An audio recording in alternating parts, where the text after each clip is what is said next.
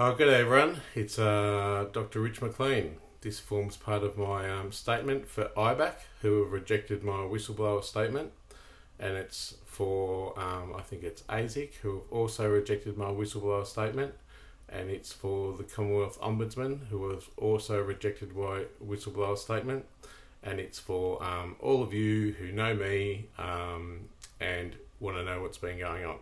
So.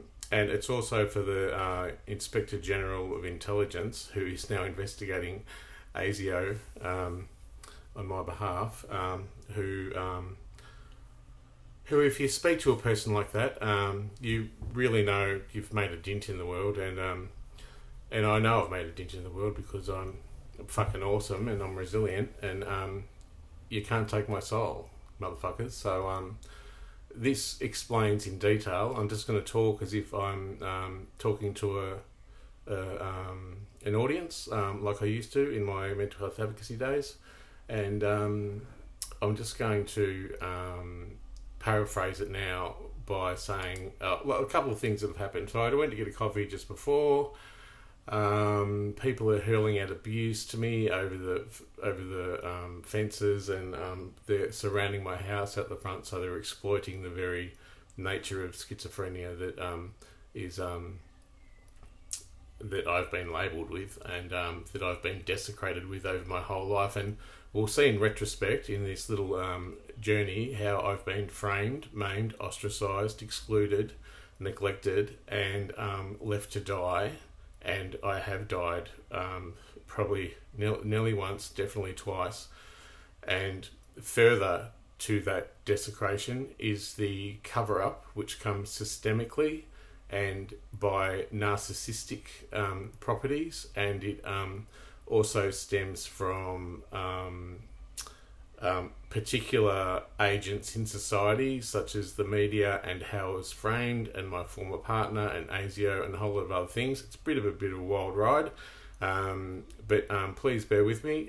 You're just about to see why madness in individuals is rare, and that madness in societies is almost the norm. So I just wanted to paraphrase this by saying, I put this quote by Rob Stiltman, I think his name is, in the A Certain Beauty in Unresolution, in my book that I did for my doctorate. Yes, I'm Dr. Richard Mclean, for all who wondered. I like to tell the young cubs I'm Dr. Dick, and they can call me that.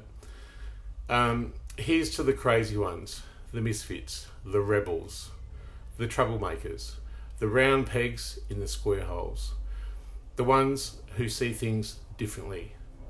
They're not fond of rules, and they have no respect for the status quo. You can quote them, disagree with them, glorify or vilify them, thank you very much. About the only thing you can't do is ignore them, because they change things. They push the human race forward, and while some may see them as the crazy ones, we see genius. Because the people who are crazy enough to think they can change the world are the ones that do. I'm a sentient being. I deserve respect. I want whistleblower status, and I deserve it because I'm a sentient human being in this country. And I just wanted to say, just trying to find, I've got 100 windows open here.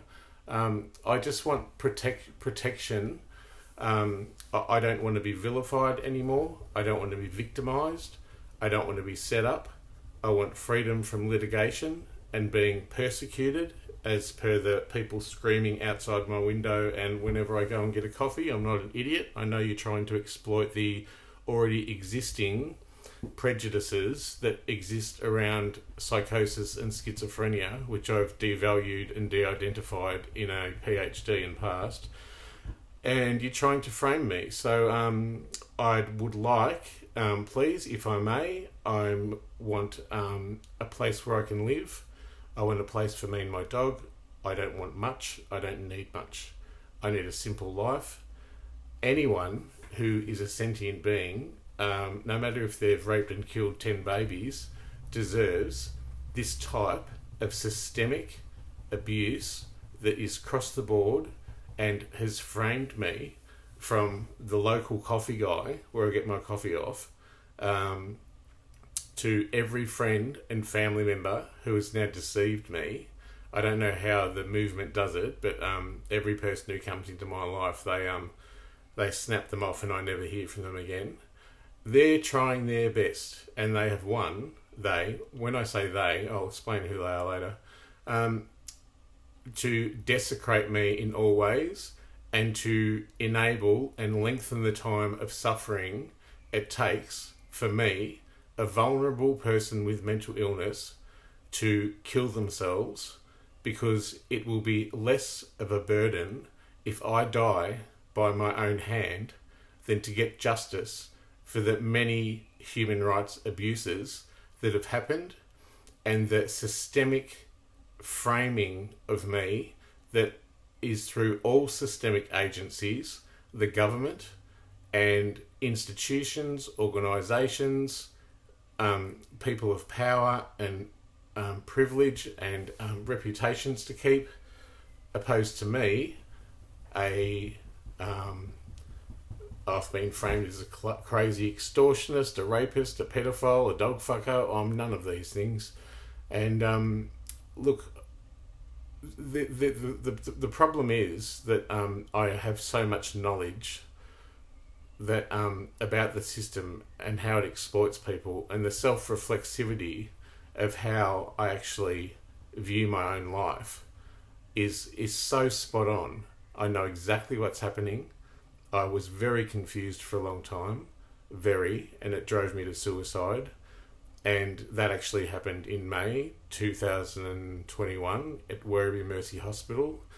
I was convinced that I had proven beyond reasonable doubt that not one person would stand by me in a justice issue, and they still don't to this day. That's because I've been eloquently and intelligently, consciously and maliciously framed as some kind of evil extortionist. And it's not even about money for me. It's about justice and it's about truth. And look, to be fair, I may have been framed all that. I had no idea. So it was after the death, or I call it the death, the fatal injury, as the Freedom of Information would call it, that I was further and more maliciously and intensely victimised and desecrated. And the mechanism of the movement is to delay, defer, and reject any rights, voice, or anything I have until such time that I will kill myself by my own hand, than for me to push one domino over that will cause this systemic oppression and blow the whole fucking thing wide open. Now, in my defence, I did record a doctor. I record kooky things. I am a kooky fucking man. But look, at the time, I was actually gifted $100,000. That's no small amount of money. From when my former partner and I rented a place in Footscray. And he gifted me $100,000, and I bought a t-shirt, some crystals and some incense. I don't need money, right? I need freedom from persecution, and I need my voice to be heard, and I need my story to be told, and I am the one with the agency and the self-reflexivity and the intelligence and the rationale and critical thinking to tell it in a concise and specific way in which I don't think there will be reason for any doubt that my whistleblower statement and my vain attempts with police and the government bodies will be able to deny me protection, because they are going to kill me. It's been proven. There is no doubt. And I wanted to say, at the time that I was supposed to be extorting money, I was given $100,000, and the person then claimed that he was psychotic. He was on ice, and He was hearing voices that told me, because I did some mental health advocacy work, which I've done my whole life in altruism, that he thought I deserved it. He said it was a mistake. What did I do? I gave it back. And that sums up the ethics of me to do with money. I don't want money. And to be honest, in this dialogue, you're going to see how much money I'm actually worth on paper once these justice issues come to light. And it's a huge amount. I don't want more than I need to live in a simple house with my dog, take drugs occasionally, suck a lot of cock, fuck a lot of ass, and read and explore and just enjoy the breeze and the sentience and the world framed as we know it for as long as it exists and my place in it.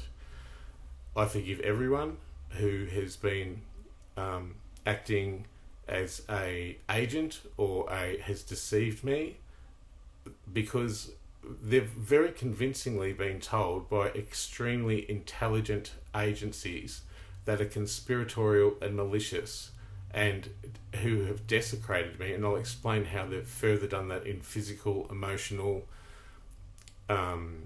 spiritual and monetary ways, through agents that are proxies of the abuse that are stemming from a few important occurrences in my life that have signed my demise. Now, I'm a resilient person.